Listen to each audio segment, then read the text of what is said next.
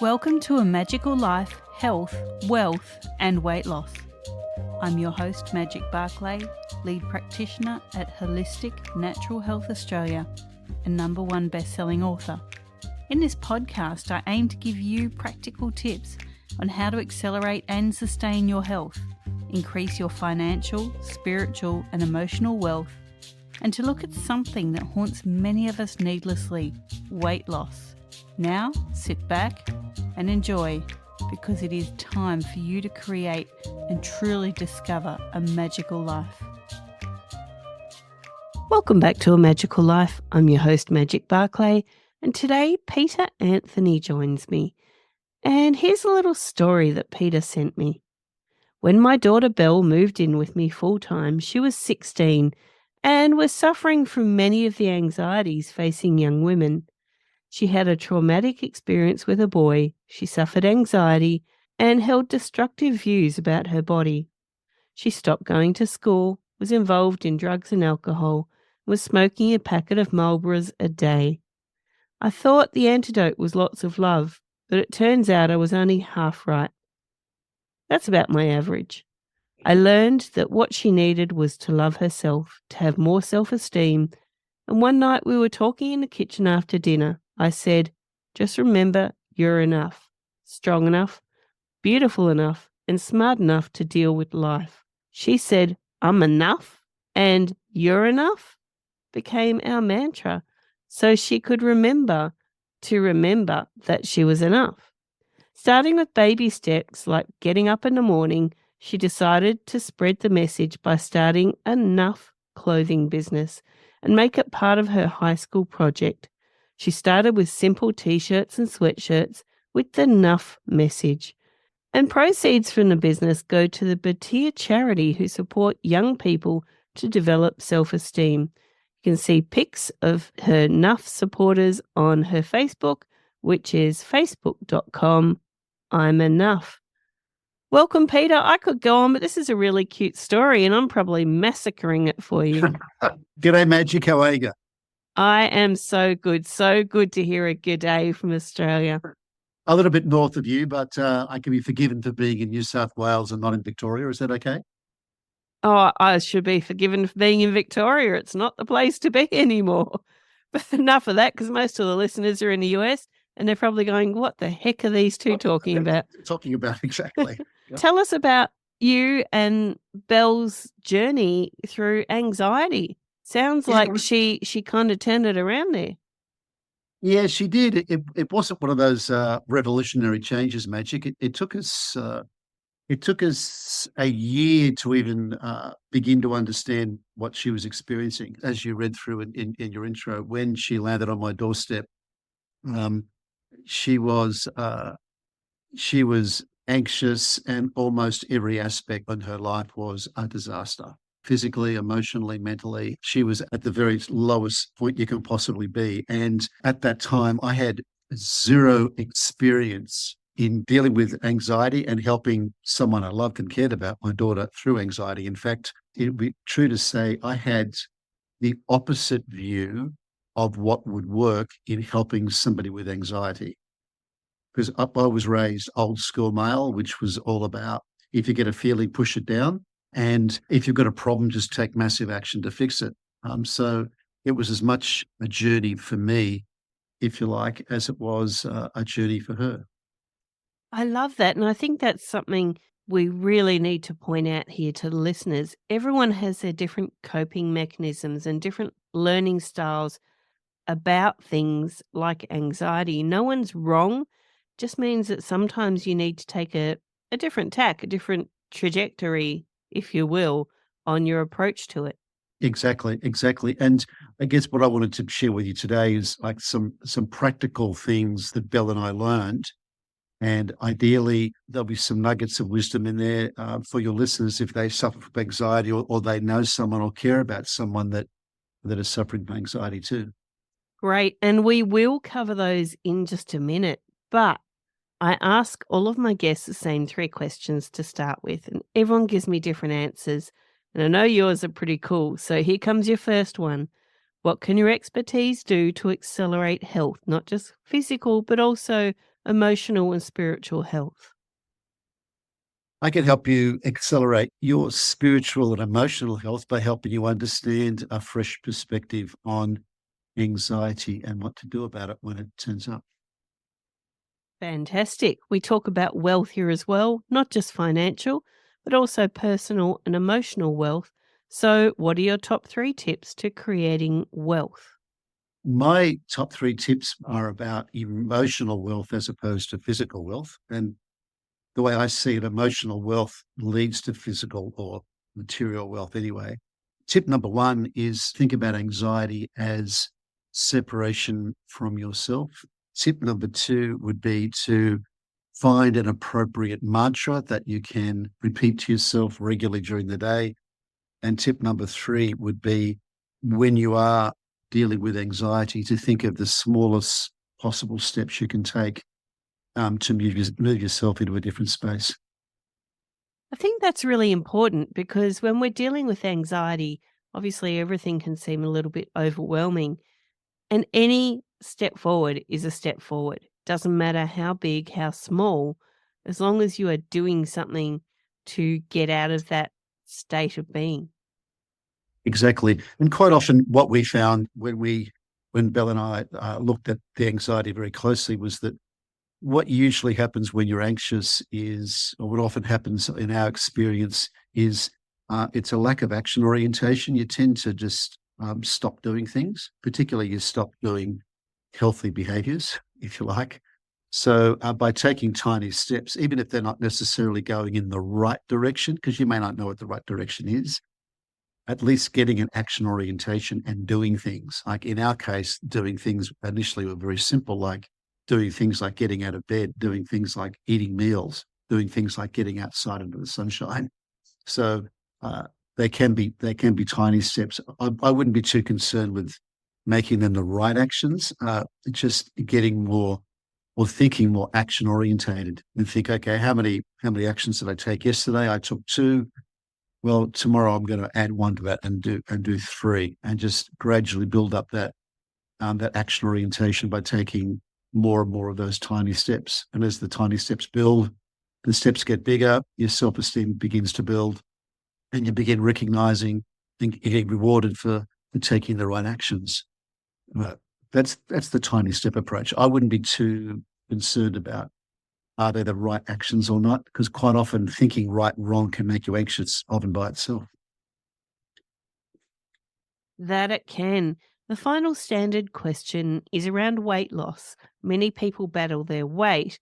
And so, have you battled yours? If so, how did you win the war? And what can you offer the listeners who might be dealing with that? Because we know that weight issues cause a lot of anxiety. They do. I have battled with weight.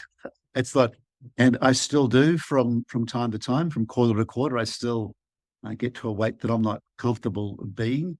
I would say my number 1 tip for weight loss is the better you feel about yourself, the more healthy your weight will be. So it's a matter of emotional well-being will bring you physical well-being. And I'd also, if I could add a second thing I've learned here, is to reduce consumption on social media, because social media for both men and women is full of images of people that are, if you look at them often enough, they can make you feel like you're not the right height, weight, size, color, whatever it might be. It's full of very perfect looking people. Exactly. All right, that's the standard questions. Now, tell us more about how you and Belle turned things around, how she turned this crippling anxiety into a clothing line and a success, and how's she going now? That's what one big question. So the way we turned it around was, well, the way she turned it around was by doing the opposite of what I originally tried. I think, as you mentioned in your intro, I thought if I loved her enough, if I showed her enough love, if I cared for her enough, it would turn her around. But that does not work. What we needed to do was to help Belle feel more self-respect and more self-care for herself. She was also struggling with weight issues at that time. So it was about looking at a baseline of where her life was then and think about, okay, so with some really basic parameters, how can we turn her life around? How can we get up half an hour earlier a day? How can we eat one more meal a day? How can we get outside? How can we have some sort of exercise each day, which I mentioned earlier about these tiny steps.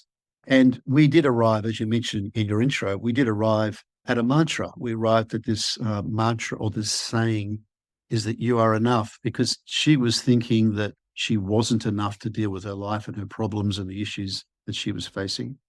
And I was attempting to tell her that she was more than enough, that she had to take this massive action, and that she was more than enough that was required. And then what we both learned together through one conversation we had after dinner one night was that all she really needed to think and believe was that she was enough, like just enough, not more than enough, not less than enough. Like, I'm enough to get up in the morning. I'm enough to eat a good meal. I'm enough to be loved. I'm enough to be cared about. And that became a mantra for us. It also meant, Magic, that she had to change who she had as her so-called friends. And I call them so-called friends because it was a very destructive group of people that she was with.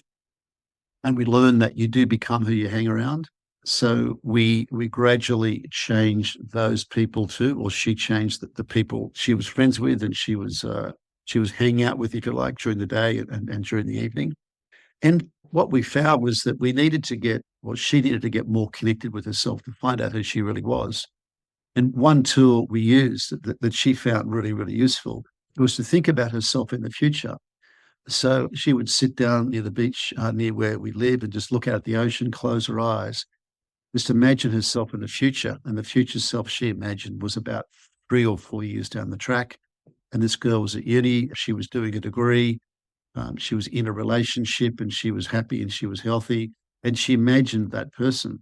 And then what Belle did was she wrote a letter from that future self, from the future Belle, to the current Belle, like a letter of love, if you like. A bit like sometimes what people do with wounded child.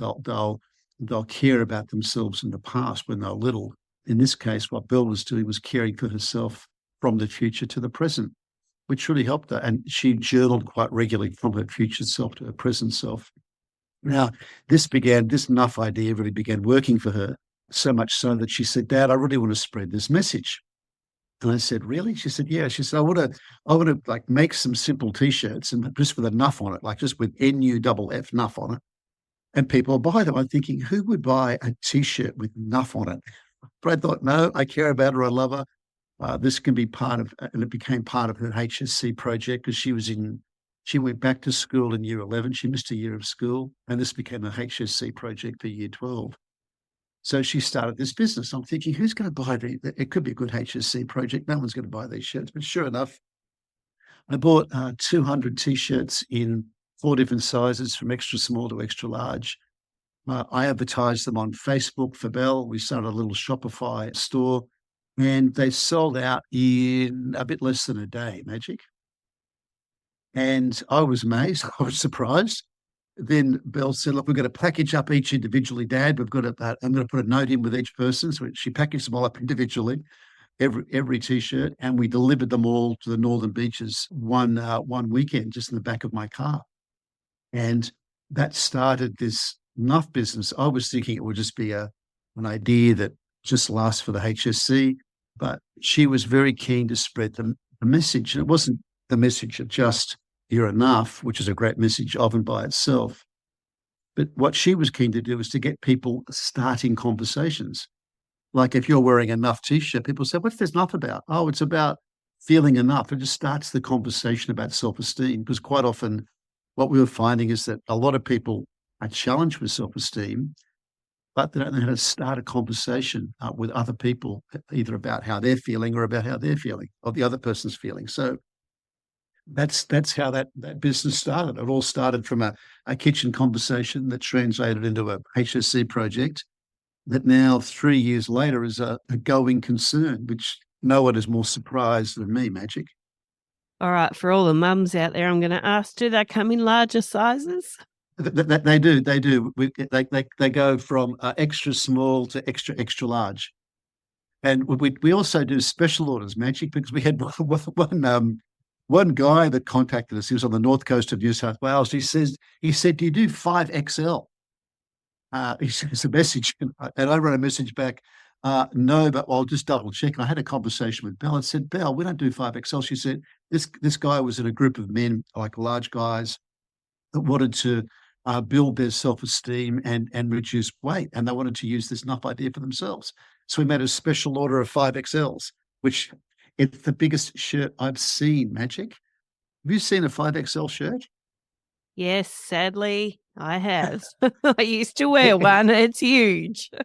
It was big. I thought this is really cool. So we do. I mean, we go to double XL for the regular sizes, but we do special orders. We've also, because most of when we look on Facebook and the customers that we had and on Shopify, most of our customers are mums. Originally, I thought they'd be young women just like Belle, but no, most of them are mums between say 45 and about 55-ish.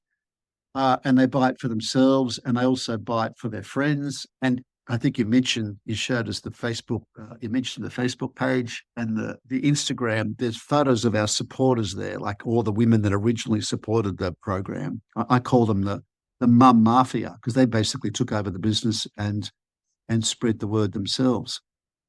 So yeah, we do all sizes, and the mums were also requested kids sizes. So we've now got little like children's sizes too, like larger and very small. I love that. And Peter, that's such an important message.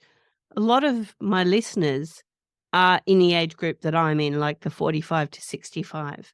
And, post-divorce or once the kids are grown up, our lives kind of change. And there's still that demographic of women around the world who tend to slip through the cracks because they lose their self-identity. They're no longer the wife. They're no longer the mum of kids that need them every day. They might be changing careers. And I think this is a really important message for that age group, because sometimes you can feel like, who am I? Why am I here? What's my role? And that anxiety can really drive you down a very dark road. Yeah, I believe that, and I've had a lot of experience hearing people in our cohort or in our what I call the mums mafia. Some have had kids that have grown up and don't need them anymore, or they've separated or divorced from their partners, and they find it hard to get a sense of identity because they've been a mother or a partner for most of their lives, and thinking, well, who am I really, and am I enough as myself? As a woman, am I enough in the world? And it's very challenging, particularly now with social media perceptions and a lot of pressure on womankind, a lot more than that there is on men. So, yeah, I hear that loud and clear from our customers. And women all over the world feel the same way. I mean, we've been fortunate enough to, Belle and I, and sometimes me, sometimes just her, sometimes both of us, talk to podcasts in the UK, in the US and Canada. And we're finding people with the same experiences all over the world. It's not just an Australian thing. It's a global issue. And it's very much about being separated from yourself and not thinking that you're enough to deal with reconnecting with who you are. Exactly. All right. We've covered a lot here. Is there something we haven't talked about that you feel the listeners need to hear? No, I think I'm suggesting the main things. I mean, the main things is to have a daily mantra. The mantra, obviously, that I suggest is that I'm enough. I'm enough. I'm enough to deal with it. I'm enough. Like I am enough. The second would be to think about whatever the issues are that are causing you anxiety, to think of the tiniest possible step that you can take towards that particular goal. Like, just say, for example, if I'm thinking about I should be going for a walk and I'm not, what's the tiniest step I could take? I could just leave my running shoes out to go for a walk in the morning. What's the tiniest step I can take towards that goal? And the final one that I'd recommend, in addition to that, mantras and tiny steps, is to think about that letter from the future idea and thinking about yourself in the future, not like in an ideal future, because no one lives an ideal life, but think about yourself in the future when you have got past this issue that's causing you anxiety, what your life will look like, and reconnect with who you are. Because that person that has dealt with the issue is who you really are. Hence, it's often called the hero's journey, and it's always happy in the end. And if it's not happy, it's not the end. which means this is just one leg of that journey that's full of challenges. But the next leg is going to be one where you've resolved those challenges. You've manifested yourself into something bigger, brighter, and stronger than where you are now. And you can celebrate that in advance, right back to yourself in the present, and use that as your guiding light. You are your best helper. You are your best guide. You're your best coach. Love it. Now, we love freebies here. So what can you offer the listeners? I know it's something that requires them to believe in themselves and put themselves out there. So what is it? Well, I'm going to offer your listeners, I'm going to ask them to do something, right? I'm going to ask them to do something. I want to hear a story from a listener, a story about how they've overcome some sort of adversity in their life, and they've had a sense that they're enough to deal with that adversity. And if we get that story, I'm happy to send them a free shirt with a size and color of their choice. And that they can see them on the website if they want to check them out. That's you'reenough.com. The most popular is charcoal with pink Nuffs on it, but we've also got white and purple shirts too. They can check those out, see what they like. But for everyone that sends in a story to me, I'm very happy, and as is Belle, to send them a free shirt to celebrate the fact that they took that step. How does that sound, Magic? That sounds gorgeous. So the website is www.youreenough.com. That's so right. You're Enough. It's a very Australian way of doing it, and I love it. You're enough. You're enough. We've had a lot of grief from the grammar Nazis, Magic, about it should be you are enough. But that's not the point. The point is it's simple. You're enough.